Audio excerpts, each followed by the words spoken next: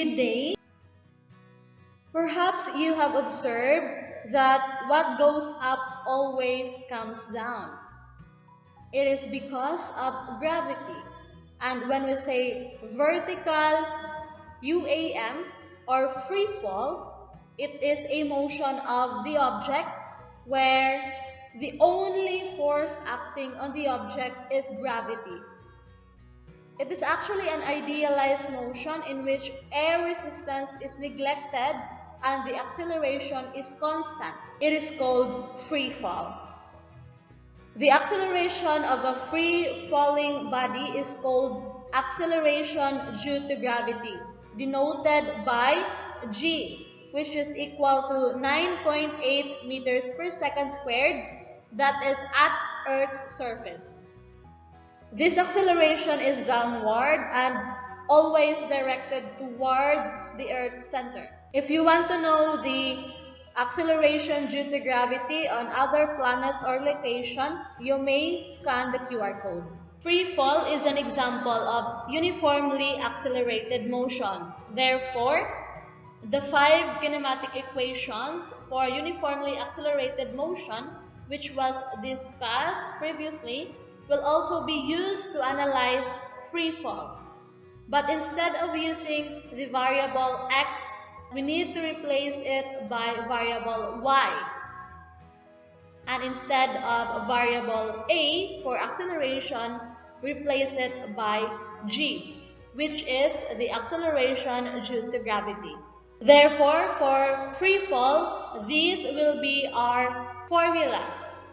Average velocity equals distance, wherein we are talking about the vertical distance divided by time.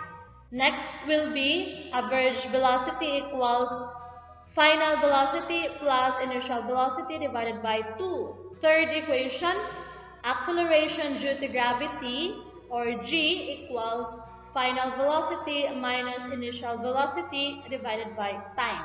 Next equation, y, or the distance, the vertical distance, equals initial velocity times time plus 1/2 gt squared. Lastly, 2gy equals v squared minus initial velocity squared. Let's have first our sign conventions so that you will not be confused with a different formula. Just take note that the origin, it refers to the point of release or the starting point. First sign convention is distances above the origin or above the starting point are positive, while distances below the origin are negative. If I throw a ball upward, that means the distance is positive since it is above the point of release. However, if I throw a ball downward, then the sign will be negative. Our next sign convention is upward velocities are positive, downward velocities are negative. Lastly, acceleration due to gravity g is always negative since it is always going down or it's always directed to the center of the Earth. Here on Earth, the acceleration due to gravity is equal to negative 9.8 meter per second squared. Since we're done with the different sign conventions, let's now go to the cases of free fall. There are actually 2 cases of free fall. The first one is a body falling from a height. Example is this one. There are 2 types of a body falling from a height. First is a body dropped. This is a kind of free fall where the body or the object is dropped from a height. Remember that for a body drop problems, initial velocity is always equal to 0. So do not forget this one. The next type of a body falling from a height is a body thrown down. So this is a kind of free fall where the body or object is thrown downward. And remember, for a body thrown down problems, initial velocity here is not equal to 0. So again, for body drop problems, the initial velocity is 0, while for the body thrown down, it's not equal to 0. There are two types of a body falling from a height. First is a body dropped. This is a kind of free fall where the body or the object is dropped from a height. Remember that for a body drop problems, initial velocity is always equal to 0. Do not forget this one. The next type of a body falling from a height is a body thrown down. So this is a kind of free fall where the body or object is thrown downward. The next case of free fall is what we call body thrown up. This is a kind of free fall where an object is thrown upward. It actually has two parts, the upward motion and the downward motion. The motion of an object thrown upward and eventually returning to its starting point exhibits two symmetries. These are time symmetry and speed symmetry. When we say time symmetry, it means that the time required for the object to reach its maximum height equals the time for it to return to its starting point. Just look at the picture. So the maximum height that was reached by the ball is at point E.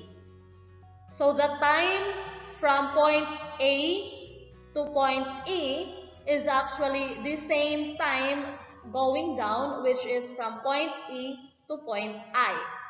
So again, for time symmetry, that will be time from point A to point E equals time going down, which is time from point E to point I. When we say speed symmetry, this actually means that the speed of the body during the upward trip equals the speed during the downward trip.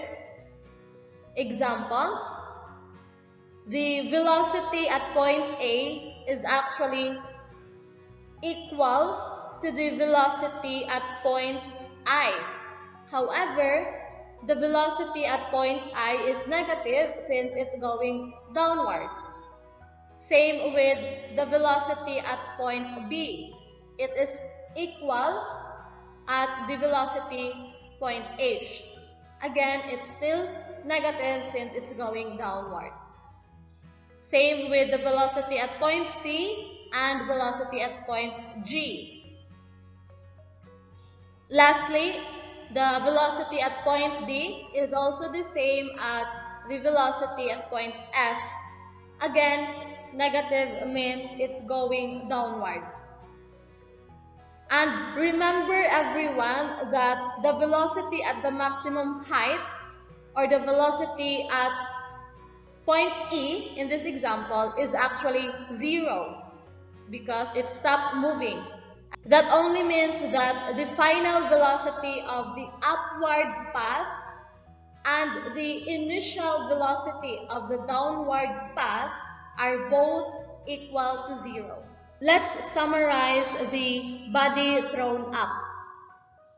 Again, if we're talking about body thrown up, it has two parts, upward motion and downward motion. So let's go first to the distance. The distance from point A to point E, which is the maximum height, is actually equal to the distance going down, or in this example, the distance from point E to point I. However, it is a negative sign since it's going down.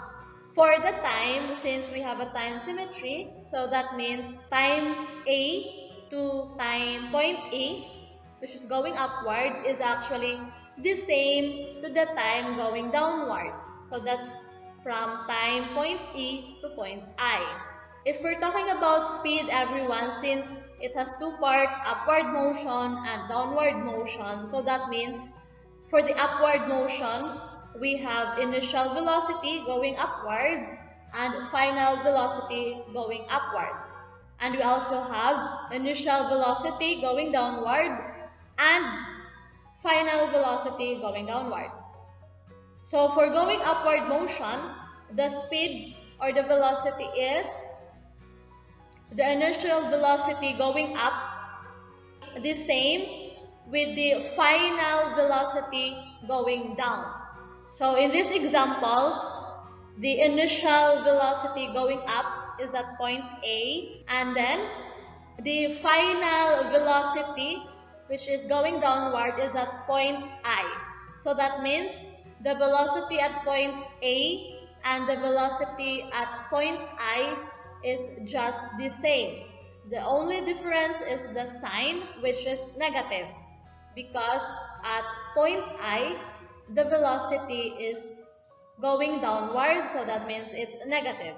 Now, if we're talking about the maximum height, which is at point E, so that means for the upward motion, the final velocity going upward at point E is the same with the initial velocity going downward, which is also at point E. The velocity at the maximum height is equal to 0, since at this point, the object stopped moving. Let's now go to the different sample problem.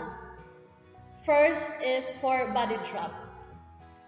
An object is dropped from the top of a building and hits the ground below after 3 seconds. How tall was the building and what is the object's velocity as it hits the ground? Let's solve first the first question, which is how tall was the building? This is the illustration in order for us to visualize the problem. So our given here are the acceleration due to gravity, which we all know here on Earth is negative 9.8 meters per second squared. Next is that, as mentioned previously, if it is a body drop free fall, then that means initial velocity is equal to 0. And the time is 3 seconds. We are then asked to solve for the height of the building or the vertical distance. So what do you think is the formula that we're going to use to solve this problem? Let's check the different kinematic equations in order for us to identify the best formula to use. So for the first kinematic equation, average velocity equals the vertical distance divided by time. We actually don't know the average speed.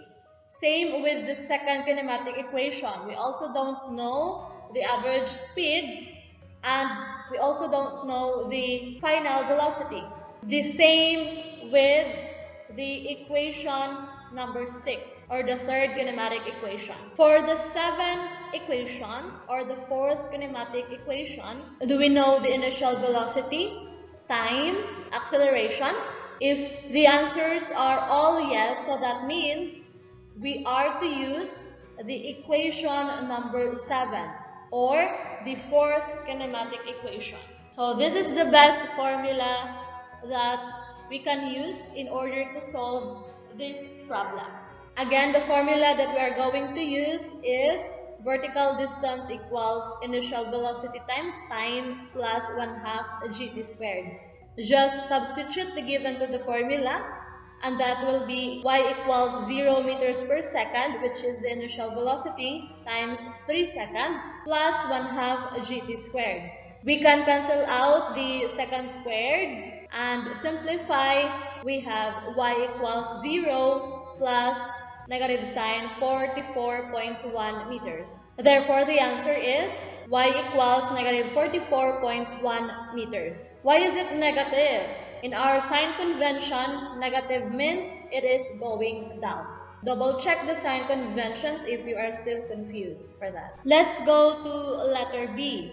What is the object's velocity as it hits the ground? So the given will still be the same and we are asked to solve the final velocity. Therefore, the formula that we're going to use will be g equals final velocity minus initial velocity divided by time.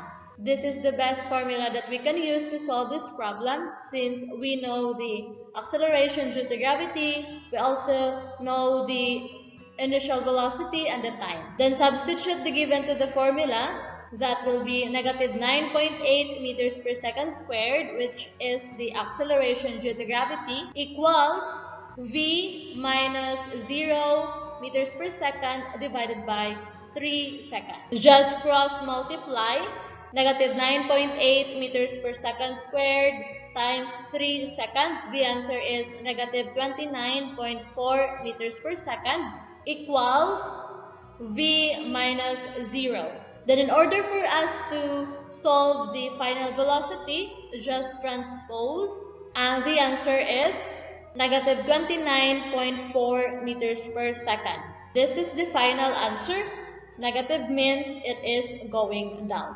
So just before the object hits the ground, the final velocity is negative 29.4 meters per second. This time, let's go to the sample problem for body thrown down. A ball is thrown downward with an initial velocity of 10 meters per second from the top of a very tall building.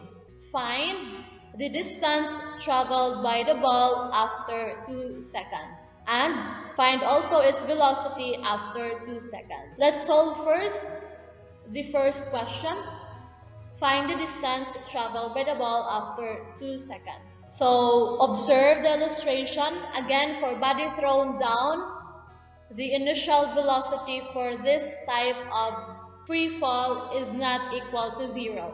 So the given are the acceleration due to gravity, still the same, negative 9.8 meters per second squared, and the initial velocity, as mentioned in the problem, is 10 meters per second. However, it's going downwards, so that means it's negative 10 meters per second. And we also know the time, which is 2 seconds. We are asked to solve for the distance traveled after 2 seconds, or the vertical distance traveled after 2 seconds. So what's the best formula that we can use? That is actually y equals initial velocity times time plus 1/2 gt squared. Again, the other formula, we cannot actually use that because we don't know the average speed and we also don't know the final velocity. Substitute the given to the formula, and that will be y equals negative 10 meters per second, which is the initial velocity, times time, 2 seconds, plus 1/2 gt squared. We can then cancel out the s squared and then simplify, and we will get y equals negative 20 meters plus negative 19.6 meters. Therefore, the final answer is y equals negative 39.6 meters. Or it is y equals 39.6 meters going down. Next question is to find its velocity after 2 seconds. So the given will still be the same, and we are asked to solve for the final velocity. Our formula that we're going to use is g equals final velocity minus initial velocity divided by the time. Then substitute the given to the formula. We have negative 9.8 meters per second squared equals v minus the initial velocity, which is negative 10 meters per second divided by 2 seconds. Cross multiply. So negative 9.8 meters per second squared times 2 seconds. The answer is negative 19.6 meters per second equals v plus 10 meters per second. Transpose the 10 meters per second so that we can solve for the final velocity. That will be negative 19.6 meters per second minus 10 meters per second equals final velocity. And the answer is final velocity equals negative 29.6 meters per second. I hope you were also able to solve the previous sample problems that we have. And to check also your understanding, I want you to pause this video and try to solve the problem, but this time it will be the distance traveled by the ball after 5 seconds and its velocity after 5 seconds. So pause this video and try solving it on your own. Alright, let's check if you got it correctly. So the answers are y equals negative 172.5 meters. That is the distance traveled by the ball after 5 seconds. And its velocity is negative 59 meters per second. Hopefully you were able to answer the questions correctly. And if not, you can try to double check your solution for that. Let's now go to the body thrown up problems. An object is thrown upward with an initial velocity of 20 meters per second. Let's solve first. What is the maximum height reached by the object? So this is the illustration, and the given are acceleration due to gravity, which is negative 9.8 meters per second squared, and the initial velocity going upward, which is 20 meters per second. We are asked to solve the maximum height from point A to point B. For the solution, remember that for the body thrown up, the velocity at the maximum height is always equal to 0. That means the velocity at point B is equal to 0. So substitute the given to the formula. That will be 2 times the acceleration due to gravity times y equals the final velocity going upward is 0 at the maximum height minus the initial velocity going upward, which is 20 meters per second. Then we're going to square that one. 2 multiplied by negative 9.8 meters per second squared is negative 19.6 meters per second squared. Y equals negative 400 meters squared per second squared.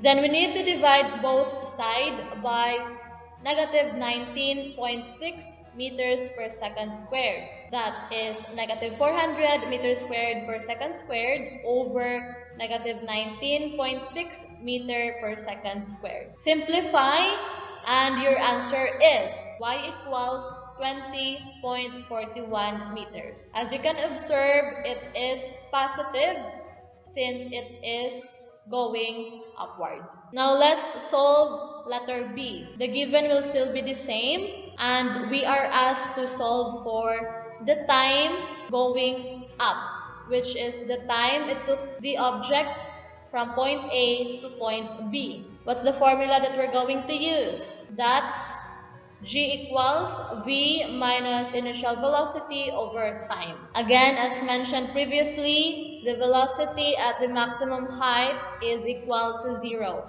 So, substitute the given to the formula. That will be negative 9.8 meters per second squared equals 0 minus 2 meters per second divided by time.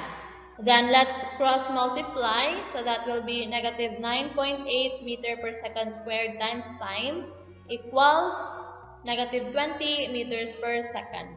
In order for us to solve for the time, we need to divide both sides by negative 9.8 meter per second squared. Therefore, our answer is 2.04 seconds. Remember, this time is only for going upward. For the third question, we are asked to find the total time of flight.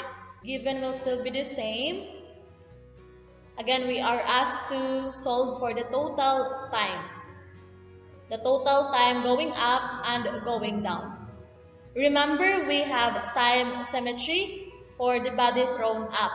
So that means time going up is equal to time going down. So our formula for that will be time, or the total time is equal to time going up plus time going down.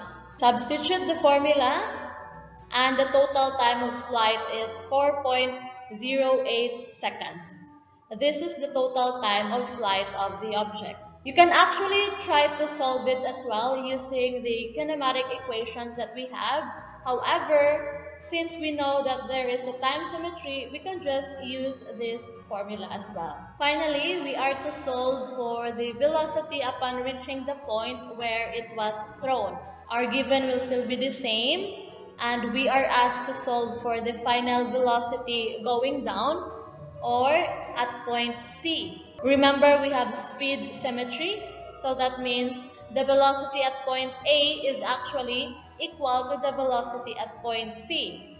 But the velocity at point C is negative since it's going down. Therefore, our answer is the velocity going down at point C is equal to negative 20 meters per second. Good job everyone for being with me until the end of this video. I hope you learned something new and you were able to find techniques and how to solve the different UAM problems. And if you learned something, don't forget to like and subscribe for more videos. Bye!